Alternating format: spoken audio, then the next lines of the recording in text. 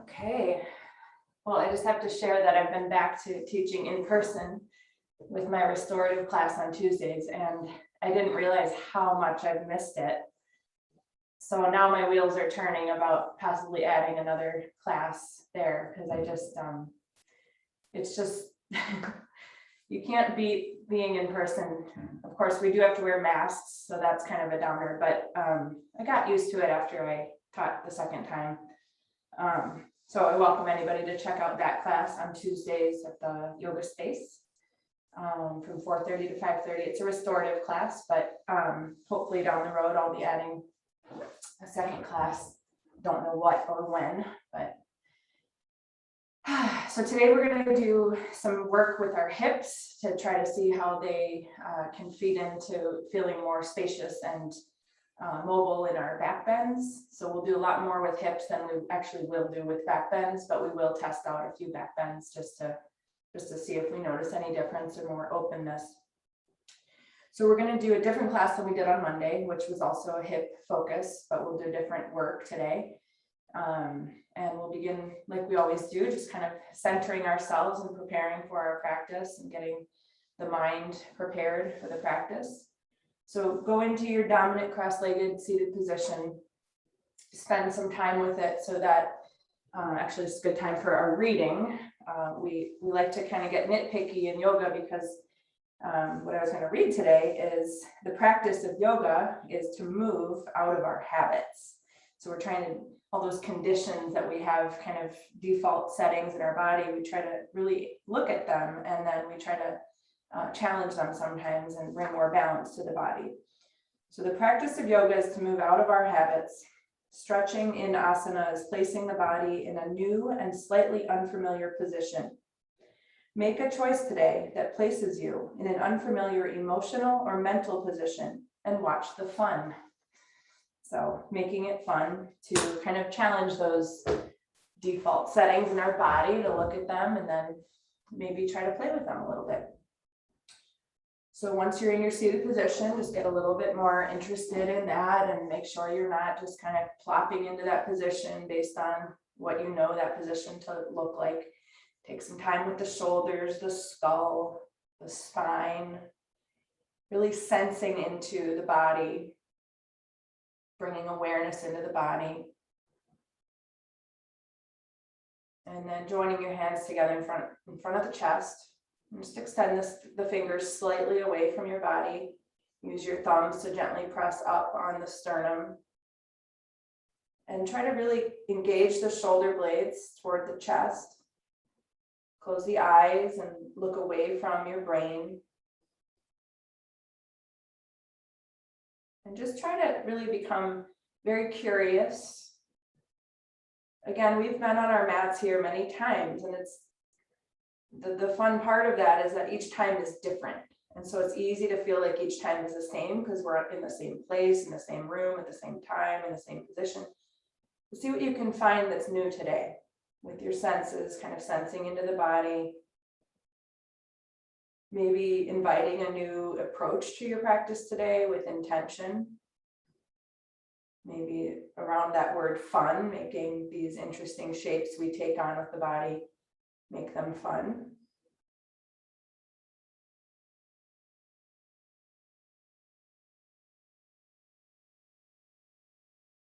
And always just sitting long enough that you really start to catch up with yourself. You feel that word embodied, which means we have a body, but we're aware of the body. So bringing your awareness into the body, feeling embodied.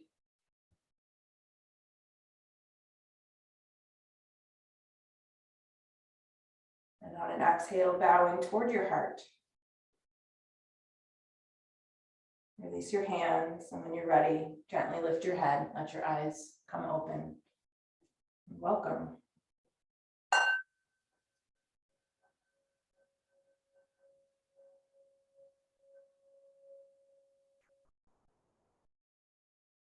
All right, so we're going to start in hero pose, and we are going to recline the pose today because it's an excellent back bend that also really touches upon internal hip rotation. So we are going to set up for the reclining version before we come into the seated version so that we don't have to come out of the seated position to set that up. So spend a little bit of time with that. You might not remember or know what you usually need as far as support for your torso, if anything. Make sure that you're going to be supported with enough of a layer for your shins, knees, toes to be comfortable. And you can use whatever props you have to kind of build up a sort of an incline for a bolster if you need a lot of height behind you. If coming to the floor is, really out of reach, you'll want to create some sort of a support behind you. And even with that, you could add more height to it by adding blankets. It depends how you feel. I joined a gym this week and I took a class last night called Body Pump, which was pretty brutal. So I expect this pose to be a little bit harder today because we did a lot of squats and lunges and really worked the quadriceps. So I'm sensing some tightness today. So you like I just said, every day is different. We have to kind of come into our practice with fresh eyes. And we'll start seated. So once you have your sitting bones grounded, you've taken care of alignment in your legs, you've looked at your feet and your kneecaps, then just start to press down. So we're not going to recline yet, Mindy. You can come up. Yeah, you look so content though, but we will do that in a moment. So we'll start seated. And then go ahead and bind your hands in front of you, going to your familiar interlock first, and just press the palms out and take the arms up. Just kind of reaching up through the palms and feel how you can use the extension of the arms to lift the sides of the trunk, to open the intercostals, but don't let that lift your sitting bones away from the floor. So match that kind of upward extension with some nice anchoring into your shins, into your sitting bones, your toes. Go ahead and release the arms down now, and you're going to take the opposite interlock of your hands. So the other pinky is loose, pressing out first and then taking the arms up. And just sensing where you're a little bit weaker in this position. For most of us, it's toward the index and thumb side of the hands. We might have to invite a little more effort there to press up. Keep taking the hands back to help the shoulder blades move in. Anchor down through the outer shins, feet, the ankles, the toes. Good. And then go ahead and release the arms. And now we're going to start to recline the pose. So you might just kind of start to angle back and see about the potential to meet what you've set up. And maybe you're recognizing you need a little more. And so you're going to have to give yourself that support. And you can always reduce the height, so that when you do start to extend and open, you can drop out and come lower. If you don't have the props you need, you might just work with using your arms or hands for support. You might come onto your hands and bend the elbows. You might come onto the forearms, which makes the pose less quieting because, of course, you're using your own effort to hold yourself up. So while we're here, I want you to notice the area where the thighs come into the pelvis. And for most of us, there's an indentation there. And so the hip flexor region is very limiting. It can be if we're tight in our back bends, because we need this area to really be open to help us shift the pelvis into that posterior tilt. So I want you to kind of move the buttock flesh toward your knees, try to take the tailbone toward the ceiling, and you might even touch that area where your hip flexors are and see if you can just kind of flatten it out a little bit more, elongate it so it's less of an indentation there.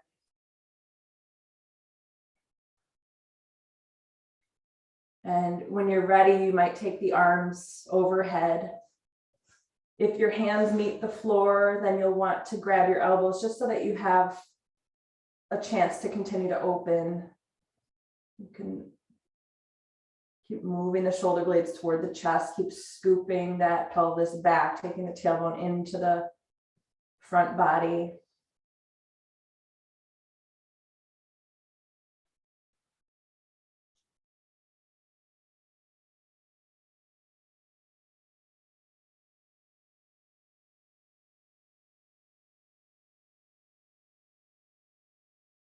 So right now you're in internal hip rotation, and you might recall what it's like to do, let's say, a bridge pose, which is a back bend, and how we have to control the knees from being too wide. And so that is internal hip rotation when we bring the knees toward each other. So you're just kind of training that or imprinting that here with the knees a little closer than the feet. A little bit of that internal hip rotation, which we need to use in back bends.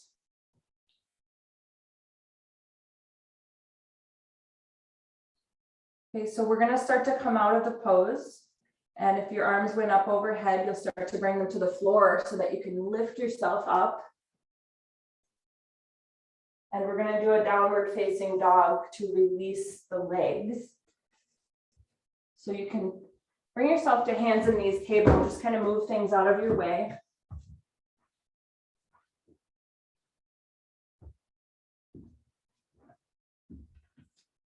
And when you're ready, once the toes are tucked, coming into the pose on an exhalation. And just imagine someone's grabbing hold of your hips and they're lengthening the hips away from the wrists. Start to roll the inner knees back, start to yawn open the backs of your knees. Think about the outer knees moving in toward the inner knees.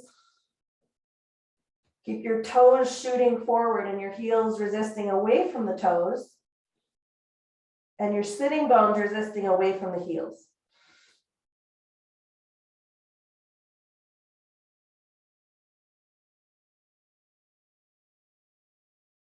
Wonderful. Now come down to your knees. We're going to do a series of poses on our back now, and then we'll do a series of poses on our front side. So for the back poses, you'll need whatever you usually require for head support so that your chin and forehead are level. And then we will also use a strap, not immediately, so just have the strap nearby. And we're going to come into some figure 4 work, which is external hip rotation.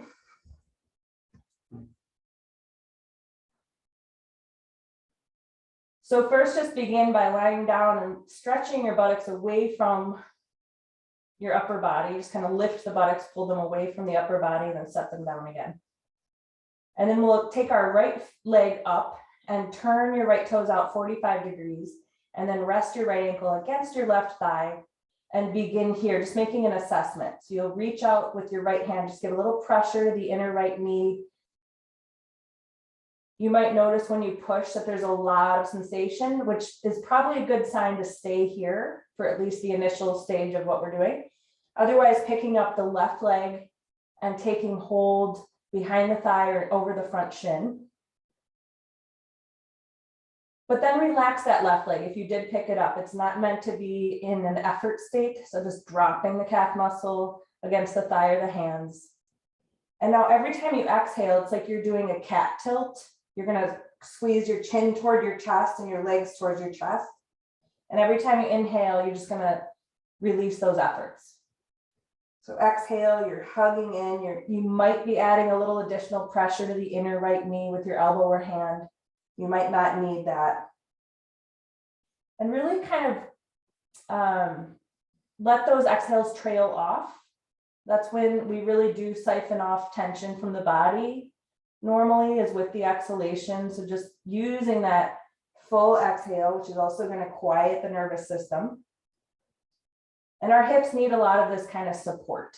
Our hips are very reactive and kind of clammy. They like to contract. So let's do 3 more exhales here.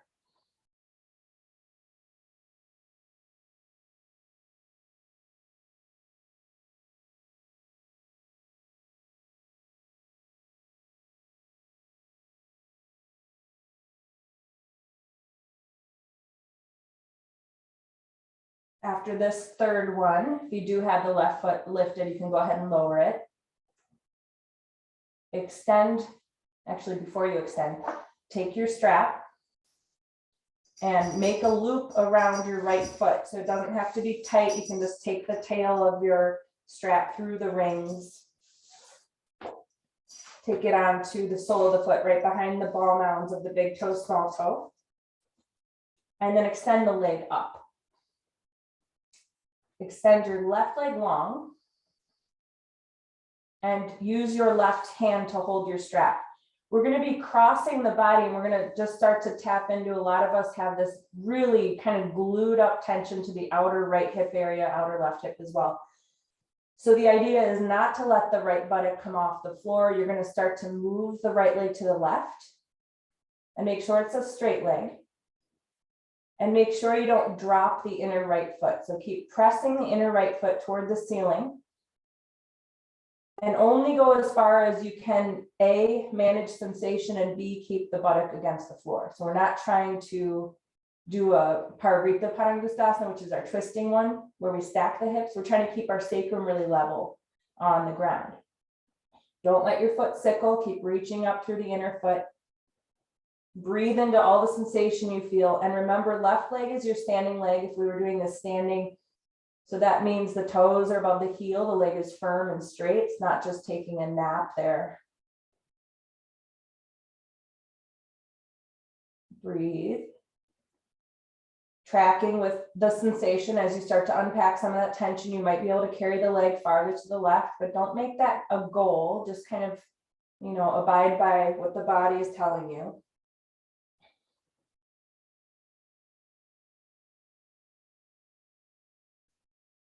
So one of the habits we can explore in yoga is, how far do we typically let ourselves go in poses? Some of us kind of linger kind of in an underwhelmed state. Some of us tend to go beyond where we should go.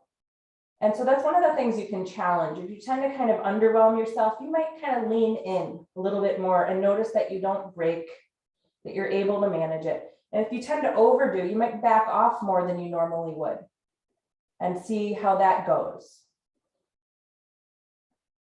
Okay, so we'll come back to center. And now we're going to go to the other side with figure 4. So you can just take the strap off. You might just leave it over your belly. And we'll extend the left leg up, turn the toes out 45 degrees, and then crossing ankle to thigh. And just again, make the assessment with right foot down, just giving a little pressure down on that inner left knee, just to see what the hip is telling you. If it's really springy or resistant, you might not need to lift that right leg. So just kind of knowing what you're going to do here, and it's maybe not going to match what you did on the other side. Lifting the right foot if you want a little bit more, taking hold of the thigh or the shin. And then every time you exhale, that's go time. So you're going to squeeze the chin to the chest. You're going to hug the legs in. You're going to empty that full exhale. Inhale, you're just going to back off and rest. Legs float away. The chin pulls away from the chest.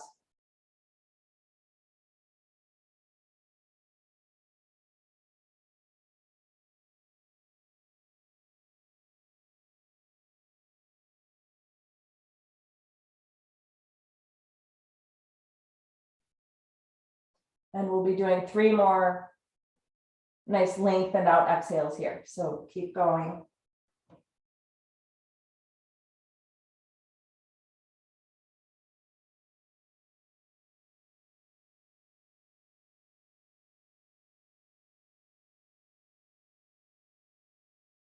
And when you come to the end of the third one, if your right foot is lifted, you can set it down. And you'll take your loop that hopefully you still have and just place it over the left foot, catching the foot right underneath the ball mounds, and then extending the leg. The right hand will do the holding. You might wrap the hand for a little extra support, and then extend your right leg.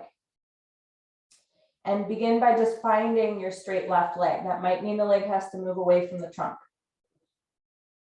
Feel the evenness of the sacrum, and then try to maintain that as you start to move your leg to the right. Let sensation guide how far you go.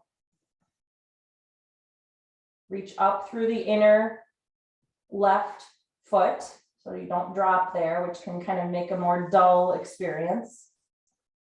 Reach up through the inner left foot. Keep opening the back of the knee.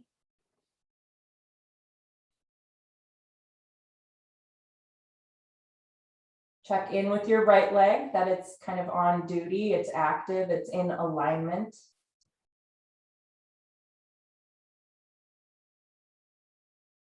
Three more breaths here. Keep resisting that left buttock back to the floor. Don't let it peel off the floor.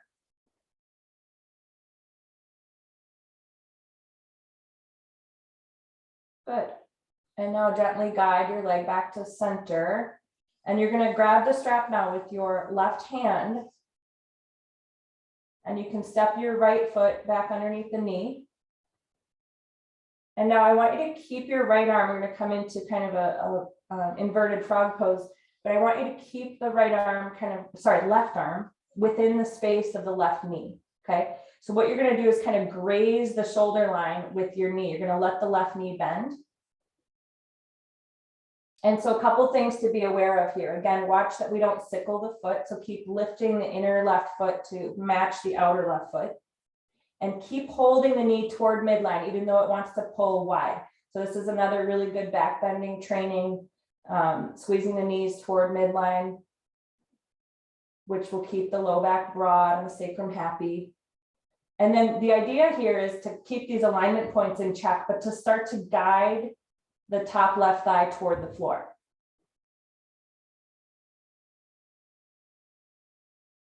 Breathe into it. You should be actively squeezing the knee toward the shoulder line, actively reaching up through the inner left foot. And every time you exhale, see about depth, see about the thigh moving toward the floor.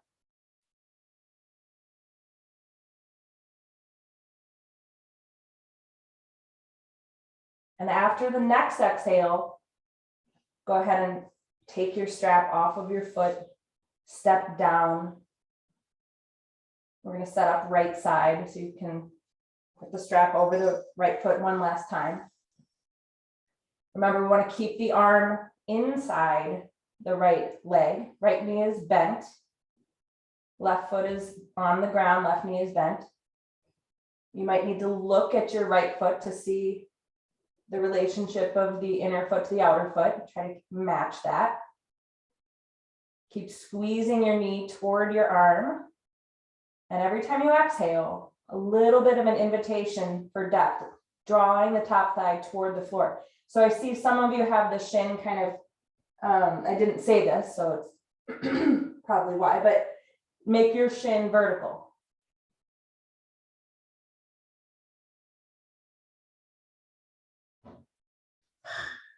We're going to do 3 more deep exhales. Notice how much resistance is in the hip, how much that kind of prevention of going deeper is built in. That's a habit. So every time you exhale, see if you can just break through one of those onion layers. Not with any force, but just kind of letting go of those built-in resistances that we don't necessarily need. Last exhale. And inhale, you can soften out. Step down. Good. And now we're going to roll to our side just so that we can flip over. And I want you to, as you roll to your side, set up a blanket that will be thin, but it'll provide some support to your hip bones and your pelvis. We don't want it bulky because then it'll kind of distort what we're going to do, but just enough that you have the support you need for comfort. So the edge of the blanket really kind of goes below the navel, not above, not on. So below the navel, hips kind of come right to the edge of the blanket.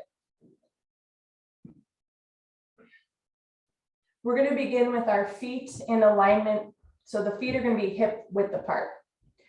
And we're going to just stretch the thighs out. So cross your right arm so you can rest your forehead on it. And then grab hold of your left foot with your hand. And if you're not able to reach the foot directly, of course, use the strap.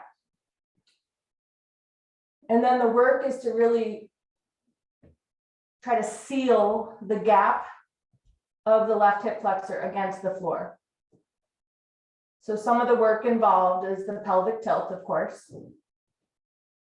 Also a deep extension of lengthening from the pubic bone all the way toward the kneecaps. So keeping it an idea of extension on the thigh.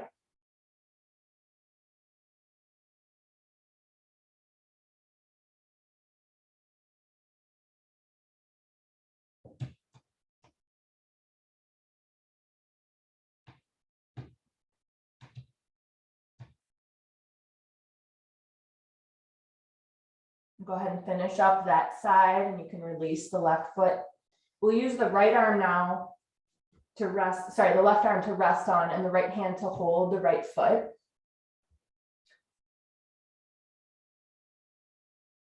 And that same sickling with the foot can happen here. So pay attention to your outer foot pressing into your hand as strongly as your inner foot is. This is helpful for alignment. And then consider the space you might have to the front right hip flexor area and see if you can just lengthen it toward the floor, make it less of an indentation, smooth it out.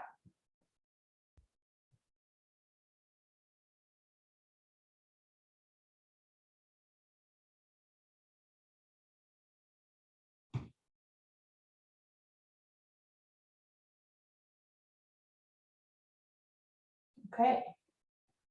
So this is more of a neutral, we're not internally or externally rotating the hips. Go ahead and release. But now we're going to internally rotate the hips like we did in hero pose. So kind of rock yourself back and forth until your knees come together. Knees come together. Take your right forearm in front of your chest so that your right elbow is just kind of right under the shoulder line. The right forearm is crossing on the mat in front of the chest. And then your left hand is going to find that foot again.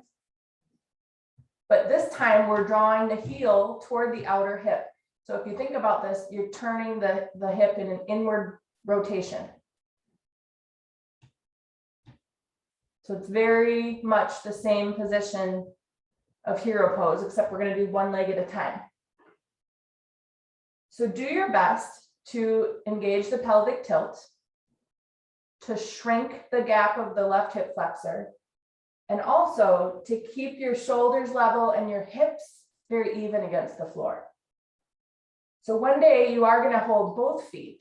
So just enjoy how much support you have here. Try to keep your eyes soft. And eventually that heel will graze the outer hip.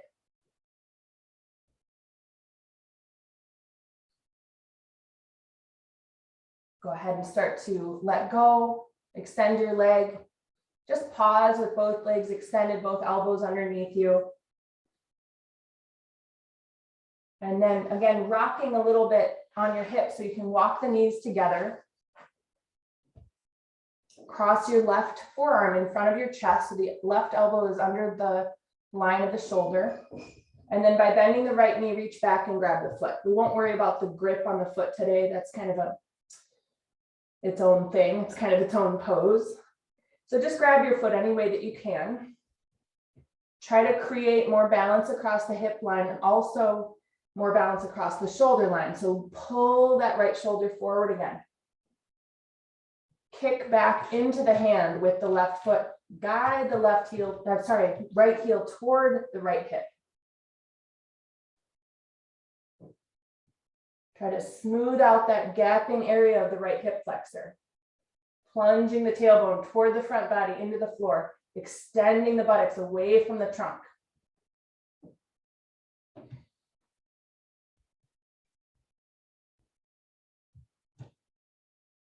Good, go ahead and release.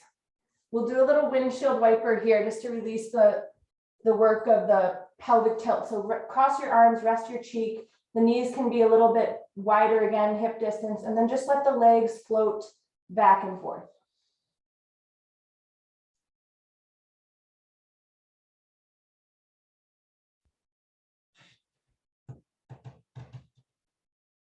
So we're going to come into bow pose, which is where we grab both feet.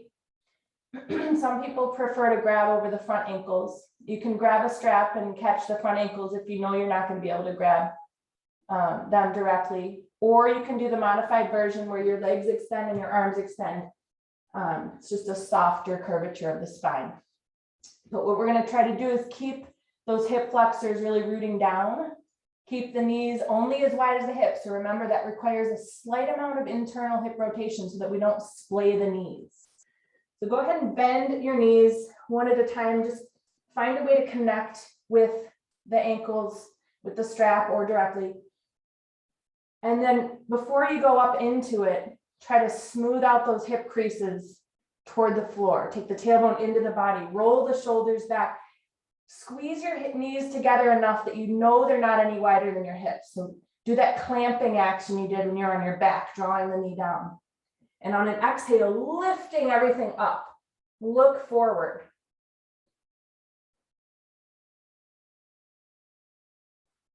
Four breaths. Draw your small toes down. Don't let the feet sickle. Draw the small toes down. Lift the inner thighs up. Clamp the knees in slightly more than they want to be. Shoot the breastbone forward. Wonderful. Last inhale, exhale, release it. Keep your knees bent, cross your arms, and sweep the legs back and forth.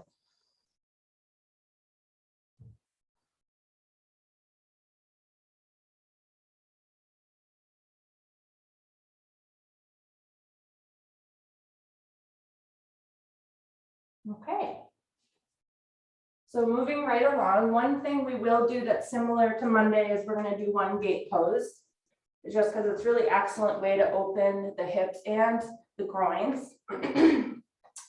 So we'll start with the blanket still there, and we're going to kneel on it with the left knee, and we're going to step out with the right knee, and we're going to use the block.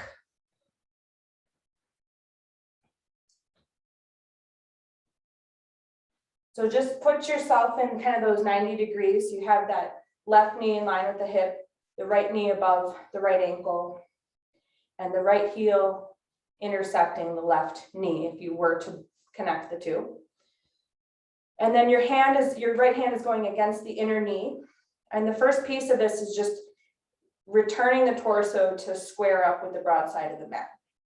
So that is already calling upon that right inner thigh. So you're revolving your trunk from right to left. On an exhale, you're going to bend the knee and go beyond the ankle. And on an inhale, you're going to pull back. You're going to do that 4 more times. Exhale and inhale. 3. You have to keep revolving the torso. 2.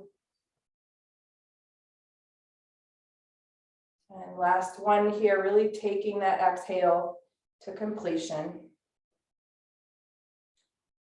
And when you pull back on the inhale, extend your leg now. Your foot might come all the way down, it might not. What's important is that your intention with the toes is outward and down, even if the toes don't touch down. Extend the toes and draw them down.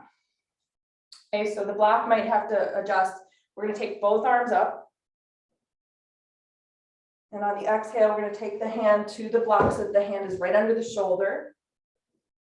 And for today, just take your left hand to your hip and revolve your torso from the right to the left.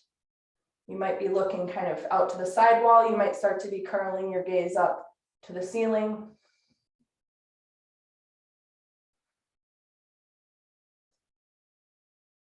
Good work. Now inhale and lift yourself up. Good. And go ahead and change out the knees. So we'll have the right knee kneeling, left foot stepping down, left heel in line with the right knee.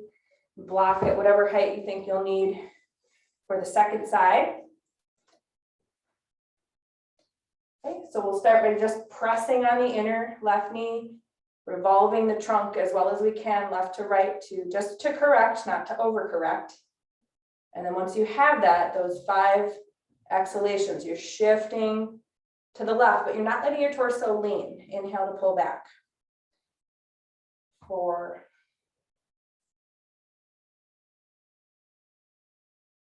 3.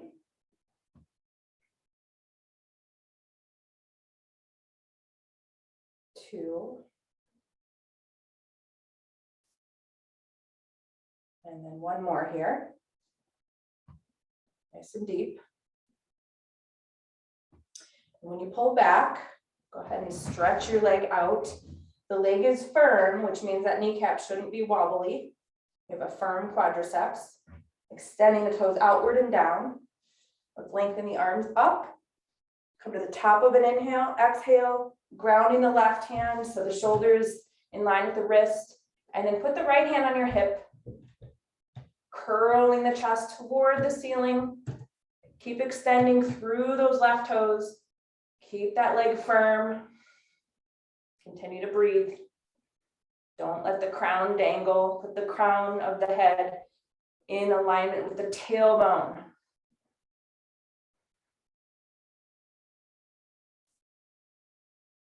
After the exhale, you're going to inhale to come up. Wonderful. And step the knee underneath you. And just take a moment sitting down in Vajrasana, which is kind of a modified version of Hero, where we sit on the heels. So it's more neutral for the hips.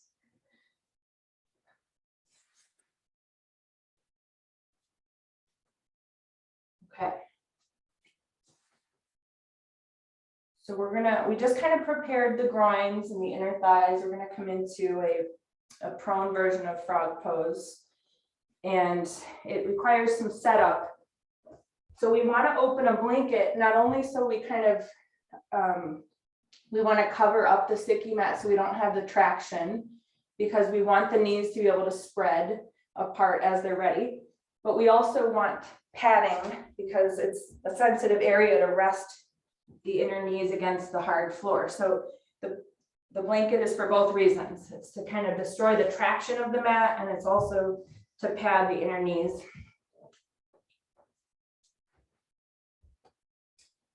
So if you want a little extra support, and you have a bolster, you might put it in front of you, give your torso some support. But what you're going to do is start on your hands and knees and just start to step the knees out wide. And the ankle, whatever position the knees are in, the ankles are going to be in alignment with the knees. So you have your insteps kind of facing the floor, on the floor. So you can see why it's called frog pose, because it kind of looks like frog legs. So the more difficult position is to put the hips back toward the feet, and to come out of that kind of deeper sensation, you pull forward. So we're just going to spend a little time doing the Goldilocks thing here. Exhaling, sending the hips back, and inhale, pulling forward. Just to kind of see where the sweet spot is for us, because we're going to sustain the pose, hold the pose for 1 minute. So, maybe not sitting back at your deepest for that full minute, but starting right here to just get an idea of where you might land. So let's do 3 more inhales and exhales. Just kind of moving in and out of that deeper sensation zone. And then when you think you have it, you're going to set yourself down, your torso comes down, maybe on that bolster, maybe you're hovering over the floor. And if you're hovering over the floor, don't let gravity collapse your back into your front. So you have to use your own support, scoop the front body toward the back body. Good, John, you look great. So I don't want to see any sagging middles. So if you want to use a bolster to hold yourself up here, you can, because it will be supportive to the hips. Like we talked about, the hips sometimes need a little extra support. You can rest your cheek or your forehead.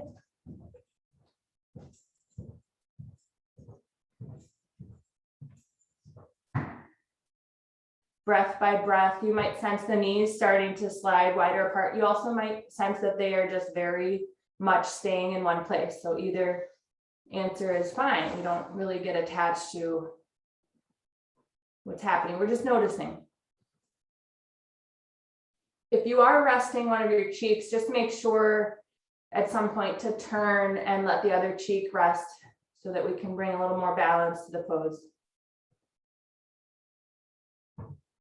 You don't need to hold any kind of stiff or rigid position with the ankles. So if you're doing that, just relax the ankles, surrender. And if you feel like you've kind of reached through or kind of moved through that first edge, you might shift your weight back.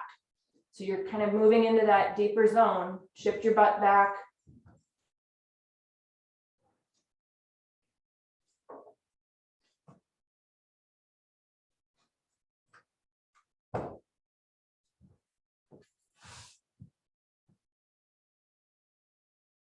Last 3 breaths.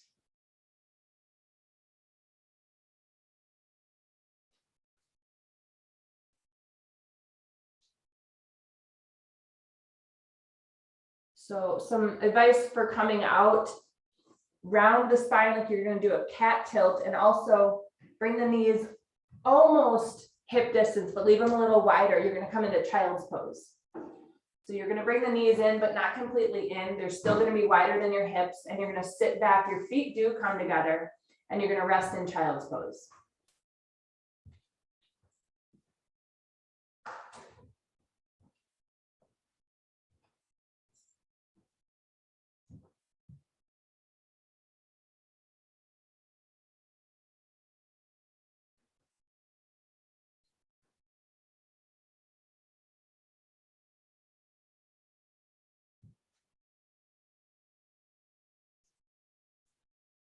Okay, so we're going to transition now to attempting a wide squat. So we're going to try that, and I have some recommendations if you feel like you need more support. But let's just try without the supports first, and then see if we need them. So we're going to be stepping on our mat in a wide position, wider than the hips. And we're going to use the elbows and the upper arms to kind of press the inner knees. So if this depth of kind of flexion in your knees is too much, or depth of flexion in the hips is too much, then what I recommend is creating a little platform under your butt. So whatever you have to use, you're going to use it. So you just build height up under the butt, and then you don't have such a strain if that's what you were experiencing. So the idea is going to be to get as low as you can, but with support if needed, and then to press the knees out, because you're going to sense the knees wanting to turn in. So pressing the knees out. Yep. And if you can do this, Sarah, that's great. You don't need to have your hands down. We're going to attempt to put the hands together in front of the chest. If you need the hands down, of course, keep them down.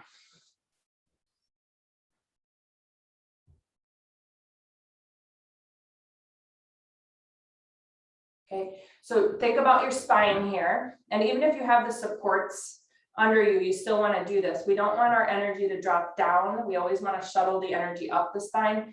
So when we're in poses like this, where there's that big potential for energy to fall out the pelvic floor, you have to do a little bit of what's called mula bandha, which is engaging the root chakra or the pelvic floor into a soft contraction, like you're grabbing like a purse string and pulling up. So you're just going to lift the pelvic floor slightly. Same action you would use to prevent yourself from urinating. So we all know that little gentle squeezing there. And then try to keep your chest forward. You guys look great.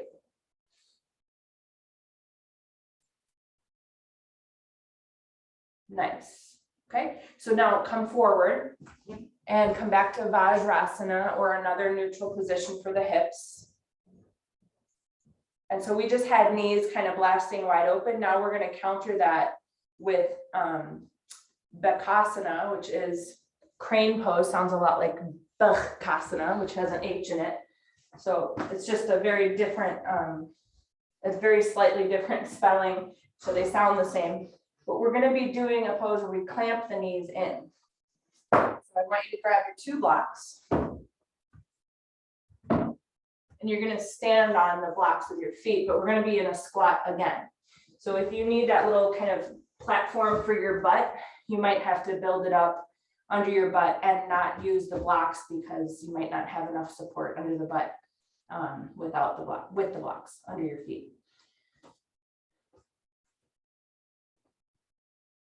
So you're standing on the blocks. Your heels are lifted. You're squatting, I should say, not standing. And then you're going to put your arms in front of you. And you want the knees to be wider than your arms, because you're going to squeeze the arms with your knees.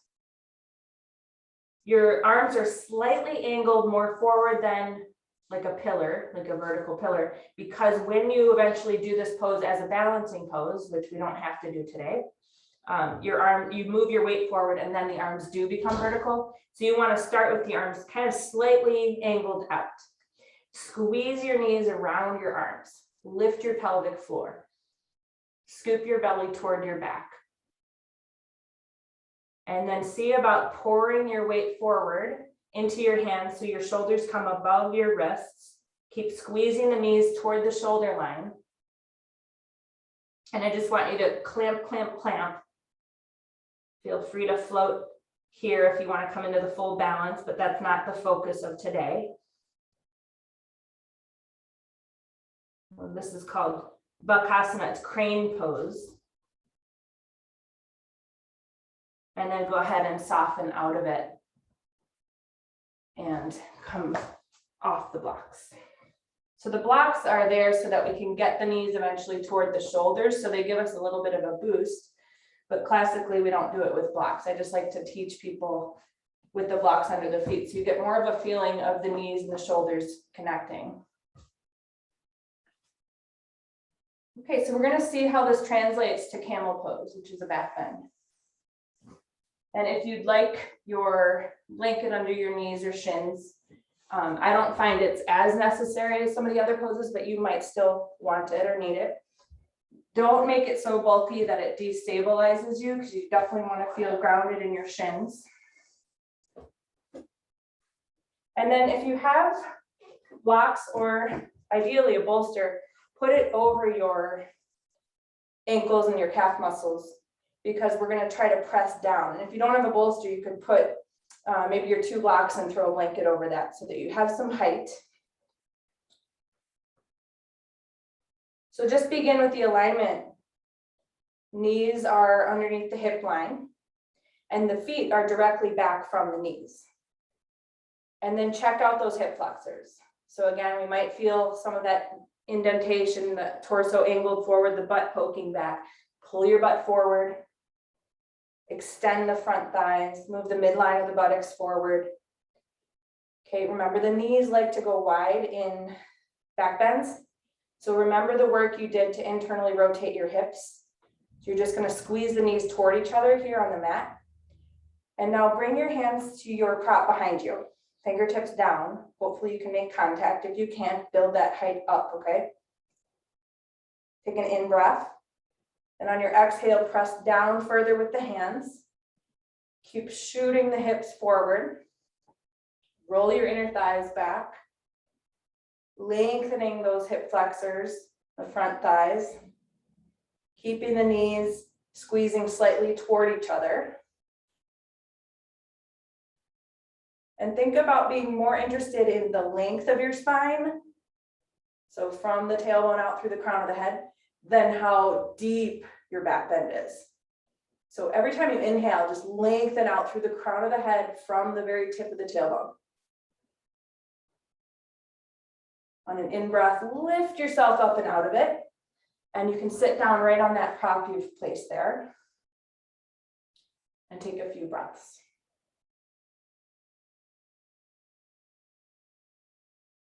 Okay.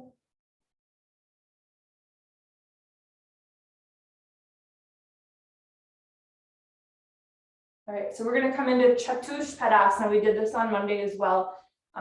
It's one of the more accessible deep back bends for a Zoom class. So there's other ones, but I just have never been super comfortable with certain poses over Zoom.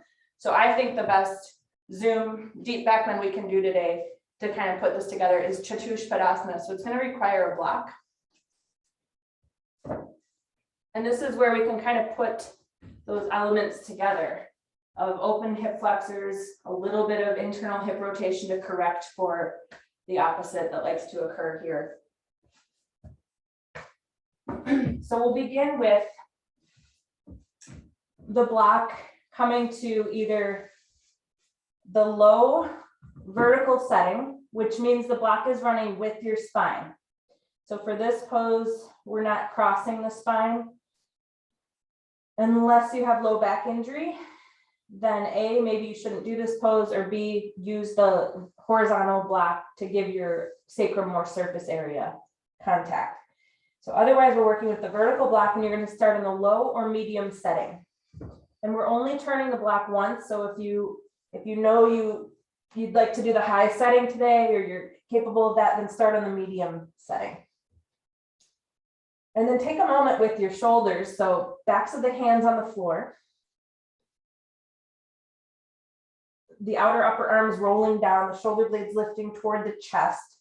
You're going to kind of snuggle your chin into your chest and take a few breaths, breathing your chest toward your chin, breathing more kind of verticality to the chest, more lift to the chest. And then from here, begin to draw the legs from the floor. 1 foot at a time comes off the floor. Knees stay bent for a moment. And then extend your legs. And use your upper body. Press down with the upper body to give the legs some lightness. So this is where we start to invert. Usually the upper body gets to take on the lightness, and usually the legs have to be the roots.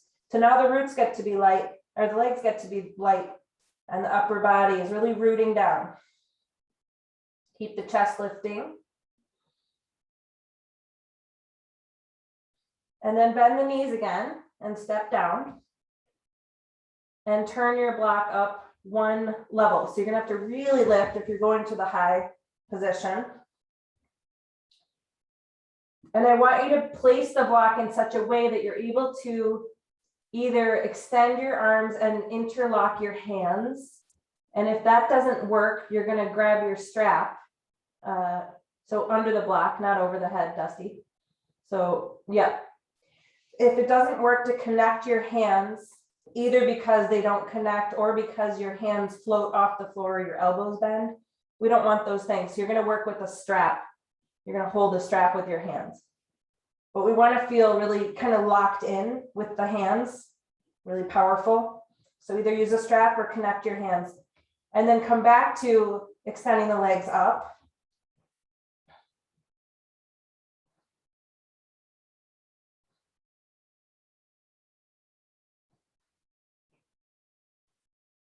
Kind of establishing that very anchored upper body.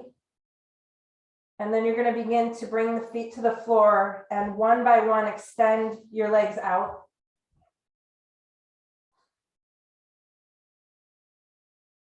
And just like you did in gate pose, you're reaching your toes today toward the floor. So extend the toes long and draw them toward the floor. Curl the tailbone up inside the body toward the ceiling. Keep lifting the chest. And really try to flatten out those hip flexors. If the knees are pulling apart, you know what to do. Gently clamp the knees toward each other.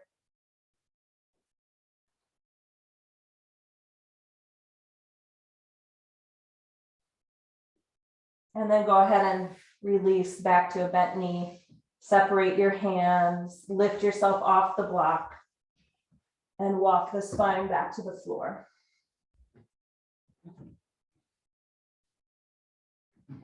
Okay, so before we come into Shavasana, we need to release the spine. We're going to do a twist. We also need to kind of quiet down from those very energetic back bends. So we'll do supine twist, extending the arms out 90 degrees from the torso, crossing the right leg over the left leg, and then lifting your hips so you can tuck your left hip underneath you and your right hip above that. Take your left hand to your right knee, and then roll your head to the right.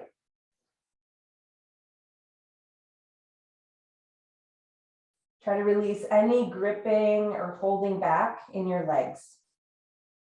So let the full weight of the legs settle. Let the inner thighs kind of merge together rather than resist each other.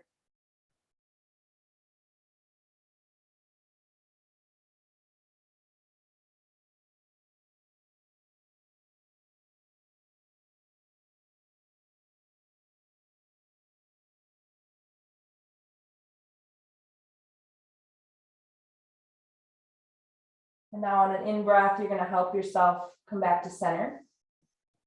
And when you uncross the legs, take some time just kind of putting yourself back into a very spacious, symmetrical position. Make sure the arms are stretched out perpendicular from the trunk again, and then you'll cross your left leg over your right leg. Tuck your right hip under you, left hip stacks above that. The legs fall to the right. Your right hand holds them there, and your head rolls left. And you might flip your left palm to face up. You might close your eyes. Try to let the legs completely surrender all effort.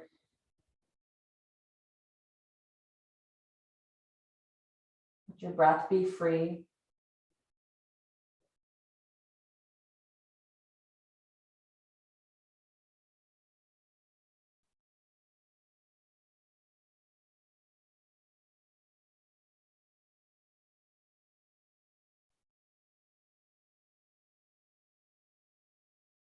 And when you're ready, you'll just gently bring yourself back to center. And once your legs are uncrossed, just taking some time to see if anything else needs to be addressed physically before you come into Shavasana. Maybe taking a bolster or a rolled blanket behind your knees. We have a 3-minute Shavasana today, so make sure you're warm enough and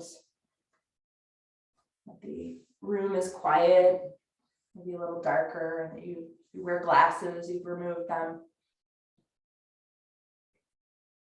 And when you put your body in place, just see about not being in contact through the feet or the fingertips with your props, except the ones that you've placed over or under you.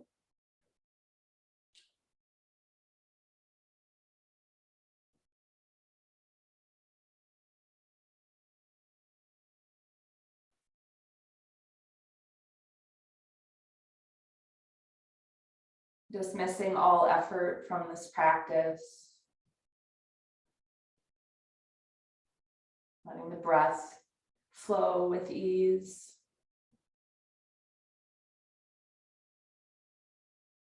Softening parts of the body that are still maybe gripping or effortful.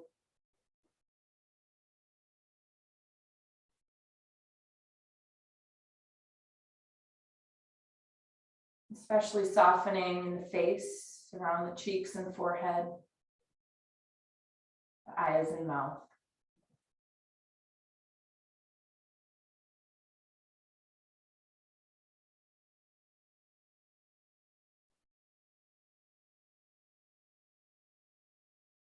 Sensing the weight of the skull, shoulders,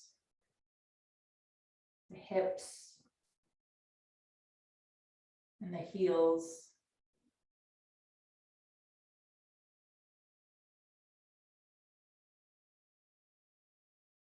Softness of the abdomen, the chest, the throat.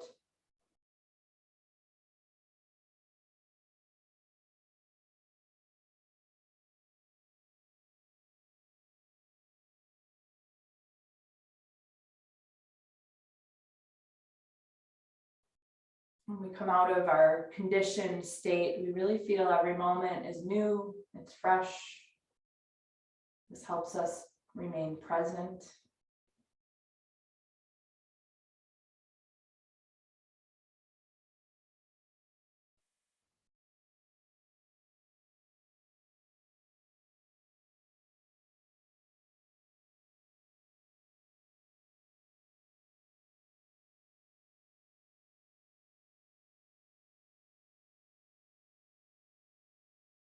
And you're always welcome to stay longer if you'd like. Otherwise, you can start to draw in some deeper breaths.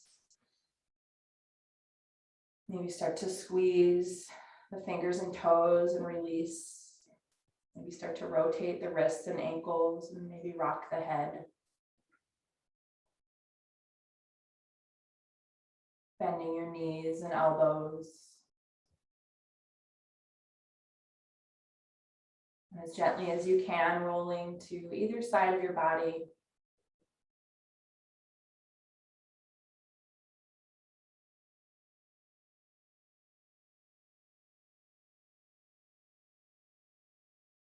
And try to move gently and slowly as you come from side lying to seated.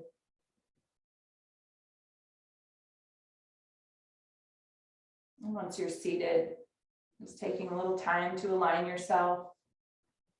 Draw the shoulders back.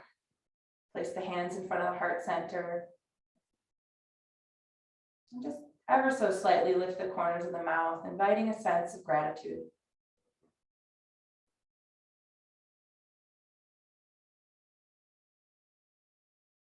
Let's take a deep breath in through the nose. Let it go.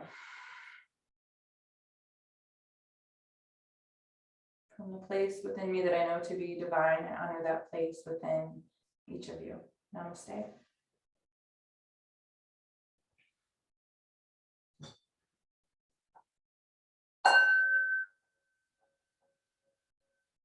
All right. Well, great to see you all. Nice work today. And I look forward to seeing you soon. Next week's restorative week. Yay! Bye.